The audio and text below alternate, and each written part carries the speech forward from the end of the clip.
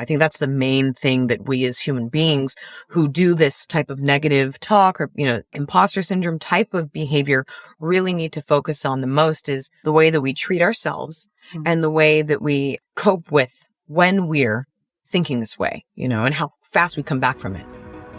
Welcome to the Seeds of Growth podcast. My name is Pumehana Palmer. I'm a mindset and growth coach to new real estate agents, small business owners, and high-achieving female entrepreneurs. I believe that true success happens from the inside out, and I'm on a mission to plant seeds of growth and transformation, one powerful conversation at a time. Each week, I'll bring you a solo episode, interview, or coaching experience with business owners just like you to help you shift your perspective, elevate your beliefs, and build a business that inspires you. Now let's dive into today's episode.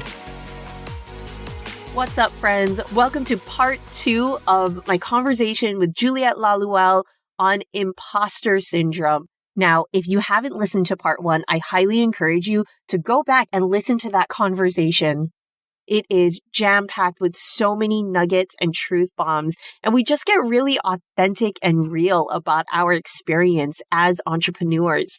And in this part, in part 2, we are going to dive a little bit deeper in some tactical ways and action items that you can do to really move through it. I hope this episode serves you. Be sure to connect with the both of us on Instagram. You can find me at Pumehana Palmer, and Juliet will be at Juliet Lalouel and at Heavy Realty. With that, I hope you enjoy part 2 of our conversation. Whenever I think about meditation and thoughts like that come in, that you bring in then to your daily practice when you're out and about in the field, whatever the field is, right? I always imagine in meditation, when I'm doing guided meditation, because I have ADD and I can't meditate on my own, so guided. But you're sitting and you're looking at a river, right? And you're looking at things go down the river. You're observing them, you're watching them go, but then they go away, right? And it's just part of that process of just like observing it, looking at it, and then letting it pass. Because I think that's how we as human beings kind of cope with any of these things, because it's impossible to stop this type of talk in some way or form about whatever it is, right? Some type of negativity about yourself or about others. I mean, negative things are going to come through your brain because that's just how we're wired. We're human beings. You're human Something's beings. going to come up, right? Like maybe there's a, really brutal level on how people might be talking to themselves or whatever, or there's certainly ways that I know you and I do that are probably very unhealthy. What matters is understanding that they might never completely go away, but how do we cope with them? And just getting really good at the coping mechanisms, because that also falls in line with, say, childhood traumas or whatever things that are going to come up. How do you cope with those things? Because some of these reactionary things are never going to go away. So how do we quickly come out of it and transform and do exactly kind of what you did, which is stop and reconfigure and recalibrate and see, is that real? Does that belong here? No, it doesn't. It's just something I think about and say, it's just this old thing that comes through, but not dismiss it, acknowledge it, and then break it down. And then it's digestible. And then you're able to kind of move forward with what's really there, right? Not instead of just like chewing on that negative thing or the way that you're talking about yourself and just festering on that. Yeah. I think that's the main thing that we as human beings who do this type of negative talk or, imposter syndrome type of behavior really need to focus on the most is the way that we treat ourselves and the way that we cope with when we're thinking this way, and how fast we come back from it. 1,000%. Yes. So on that note of coping, what are some of the coping mechanisms that you employ in order to, one, move through it, and two, when you have the time to, because sometimes we don't have the time to really sit with it. I mean, sure, we'll make time for it, but what's the immediate action, and then like what kinds of things you do? So immediate action, because I've been, now in practice of trying to make sure I don't go down these pathways, even though definitely happens nearly every day, is do that self-awareness check kind of right away. Like questioning everything's always good, and questioning any type of thought like that. Is this real? Am I being rational? Where's this thought coming from? And getting that question out to answer that negative statement as fast as possible.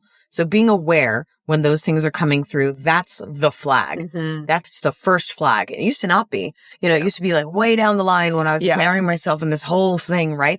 But now it's become something I practice a lot more out of necessity almost. Right. I get a flag raised in my mind when I'm like talking badly about myself to myself and I question it. Is this real? Am I being realistic? The answer is usually no. Or if it's deserved, why? And I break that down and try to learn from that then. But usually it's no, I'm being ridiculous in some way. And, when you ask about like, how have I either learned that or, what are ways that longer form ways that I've been dealing with this type of thing? For sure, therapy. Yes. Having a therapist and speaking to one, has been always so essential for me. I think it's essential for everybody. I think that, there should be no stigma around speaking to a therapist whatsoever. Because we can't all talk to our friends, and nor do we want to. You shouldn't confide in people about some of your personal stuff at all. It should be led to a professional to help you break those things down. Yes. Who's trained in, you don't want everybody to know all of your stuff. Yeah. Like, we're not all perfect. That's my opinion. So talking to a therapist for one, but then like also just talking to and trusting other people that are close to you. Specific people people that you trust and you trust their opinion. And, you might have a very limited circle. I think I have like 3 people that I trust that I could bring to like an irrational thought. Like, hey, this is what I'm thinking about myself. They'll be that voice to be like, no, you're being ridiculous. That's not it. And they'll lay out, the laundry list of, things that I've done well and try to, talk me up and, having like a cheerleader, having those good connections and a good little group doesn't have to be big, but having just enough people that you can rely on. But, the professional version of that and then the intimate version of that, I think are essential for, people like myself or like you that are going through these types of things. Yeah. I love that. It's so important. Yes, we are a species of community. And I think we also learned from the pandemic that, when we are confined to just our homes and the voices in our head without any type of, outlet, it doesn't always lead to the best place. I do want to speak to something because going back to the river that you had mentioned, that's lovely and beautiful. And I think that's so important. I know for me, my mind is like a highway with cars. Like I'm standing on the side of the road and there's like cars just zooming past going 85 on the highway. And each of those cars is a thought.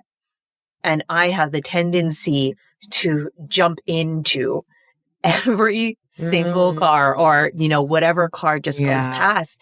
And then I follow it down until I jump out, still going 85 miles an hour home. Exactly. And you jump to another car or whatnot. But for us to be able to, kind of pause or even follow that thought down the highway and realize like, oh, I'm in this car. Again, with the awareness and the separation, you can get out. You absolutely can get out. I think that's huge. And that really, really helps me. I know that I love and subscribe to this idea of change is when awareness meets reflection, meets action. And transformation is when it happens over and over and over again. First and foremost is that awareness. And like we talked about, just being able to notice that.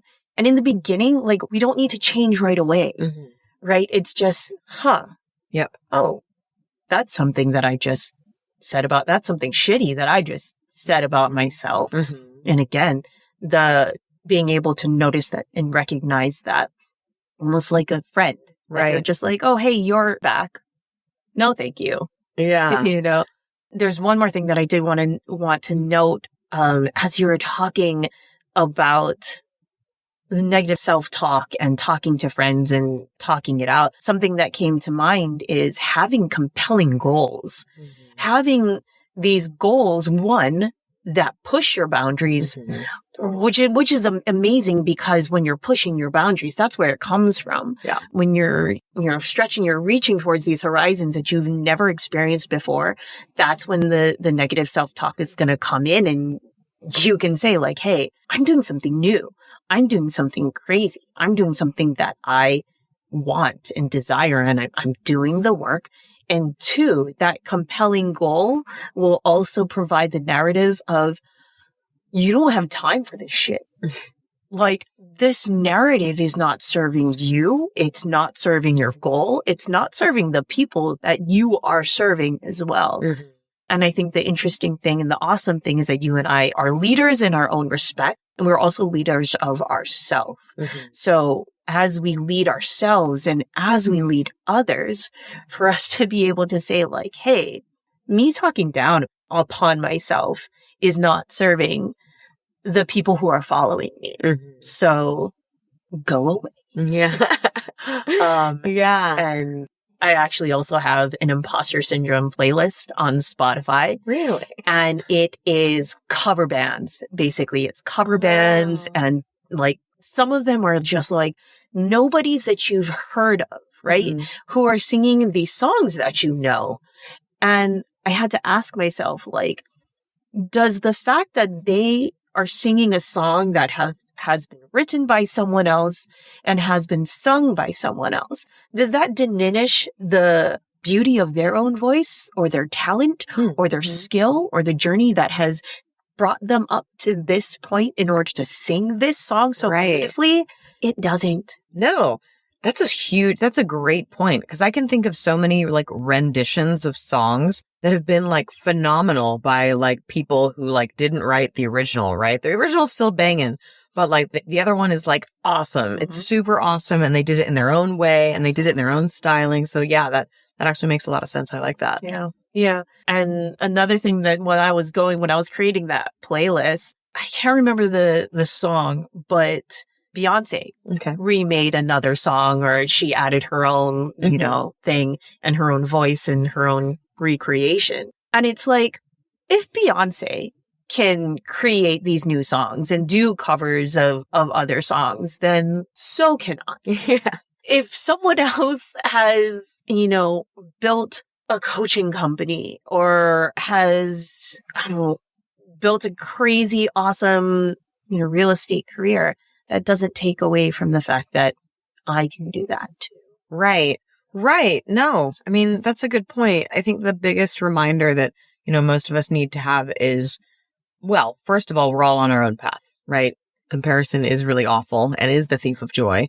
And, you know, comparing ourselves from either even our past self and not loving ourselves at present, no matter what the present is, you know, is really a big problem. So being more aware on how we're treating ourselves is really going to be the most important thing for our success and for our clients, you know, because I do think that being a good leader, the best leaders are constantly looking at how they could be better, how they could lead better. What are they doing? Because I mean, some of the worst leaders are the ones who are leading, and they're leading people that are extremely unhappy and they're not looking at anything around.